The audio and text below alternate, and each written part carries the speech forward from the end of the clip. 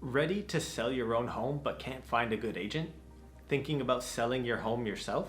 Are you stuck between whether or not you should hire a real estate agent or sell your home yourself? This video will break down the pros and cons of going the for sale by owner route versus the traditional route of hiring a real estate agent to sell your house. Prepare for the most biased video you'll ever see in your life, and also most hypocritical. I sell my own houses, but also I'm a real estate agent, so that makes me a double agent. I'm on both sides of this argument. Selling your house is a big deal, and obviously it can come with some big costs as well, so obviously you want to do it right. Average fees you'll pay in Canada to a realtor for selling your house around 4.5% to 5%, whereas in the US, based on my research, some places get as high as 6 to 8%. That sounds very high for the US. I mean, maybe if you're thinking about as a percentage of a house, maybe it's $200,000, so the percentage is high of 200, but the dollar amount is not that high. Regardless, selling your house yourself can save you some fees. But what are the upsides? What are the downsides? Let me go through some factors, some talking points, and go through the pros and cons of each. First item, price. The pros of FSBO, for sale by owner. You're selling your own house to save on the biggest expense, the commissions, and by doing so, you'll have more cash in your pocket after the sale is completed. If you're selling your house for $700,000 at the Canadian average commissions of 5%, that's $35,000 plus tax savings.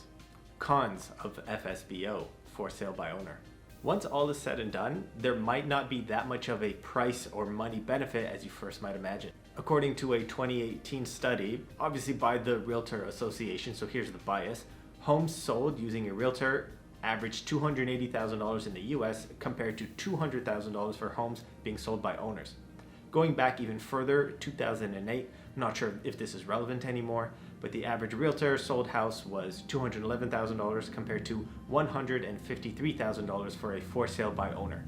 Maybe it's easier to sell a cheaper house so you can sell it on your own. Maybe cheaper house means cheaper people. I'm not sure, but those are the numbers. Another downside affecting price is you're a target for bargain hunters. Someone is searching on a for sale by owner website because they're looking for a deal, they're looking for a bargain. They know you're saving on commissions and they want part of that savings as well. Why would someone buy a house being sold by an owner for the same price as one being sold by the realtor? You're paying the same price, they're getting all the benefit while you're getting none. I think it's a common misconception that you, the seller, gets to keep all the savings. These savings might not be as much as you thought. Many for sale by owner websites recommend that the seller at least offer to pay for the buyer's realtor. So that's 2.5%, but it's obviously to attract some more buyers. Why would a realtor try to get a client to buy your house if they're making $0 on it? Again, it is their livelihood, it is their business. In fact, if you think about it, they're actually losing money on the whole process due to time spent. So if you think you're pocketing the whole 5% by selling your own house, that's probably not likely. You should offer at least 2.5% to try to get more people to see your unit. My initial example of selling your house for $700,000, now your savings instead of 5% is 2.5%, your savings are now $17,500. And that's not factoring in photos, staging, or marketing. So all of a sudden your $17,500 might slowly go down to $10,000, might slowly go down to $5,000. Now let's discuss a second factor, the pros and cons of time. The pros of selling your own home in terms of time. I'm struggling to find what are the pros in this case. The one saving grace I could think of in this scenario is if you've had a realtor before that is super busy, has a lot of clients, and has no time for you, doesn't answer your phone calls, basically has no time to put into your sale. I think it's safe to say there are no pros when it comes to time other than that example when it comes to selling your own home.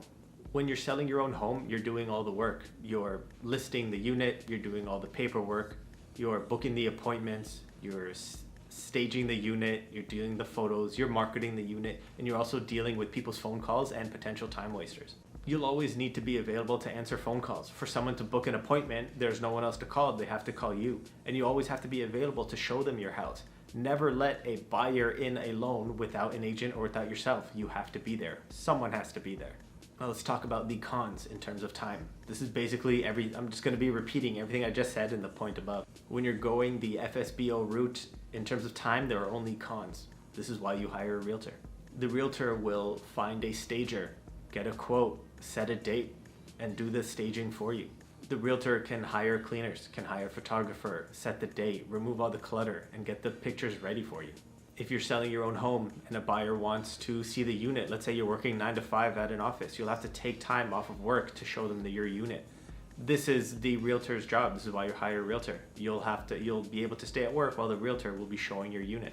If you're selling your own house and you want to set up an open house, will you buy signs and place them everywhere?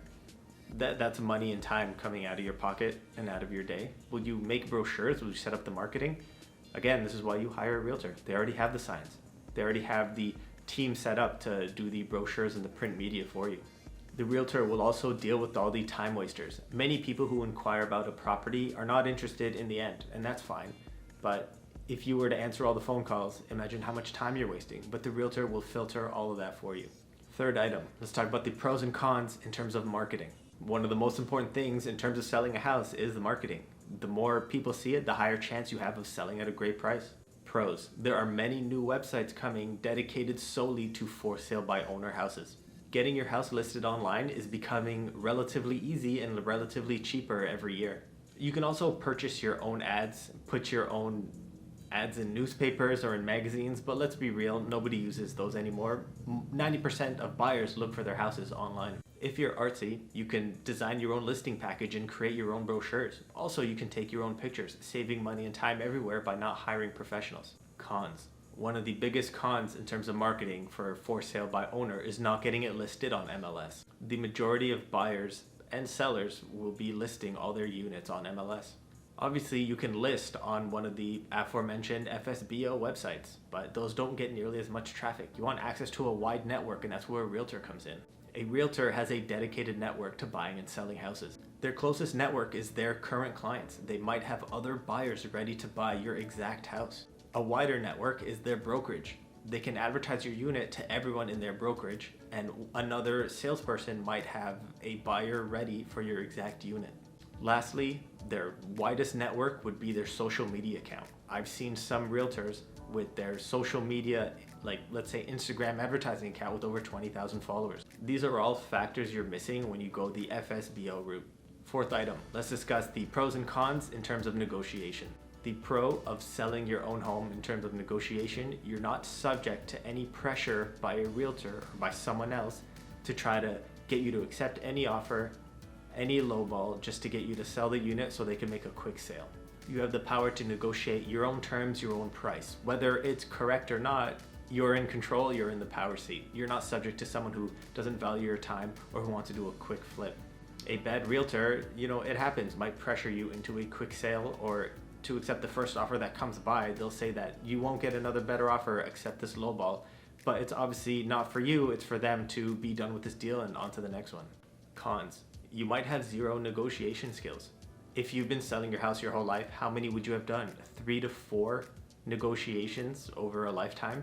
Whereas a realtor might do 3 to 4 successful a month, but 3 to 4 unsuccessful a week. So they have much more experience in terms of negotiation. This skill definitely comes in handy. Not knowing how to negotiate can put you at a very serious position of being taken advantage of. There's a higher chance you might be bullied by another buyer or another realtor if you're selling on your own. Last item, let's discuss the legal factor. Selling a house is a legal transaction. There are rules. You can't make up the rules yourself. Always be informed. Use the correct forms. Make sure you read the laws related to your current province or state about what the rules are and how to actually go about selling your own house. With that being said, let's get into the pros.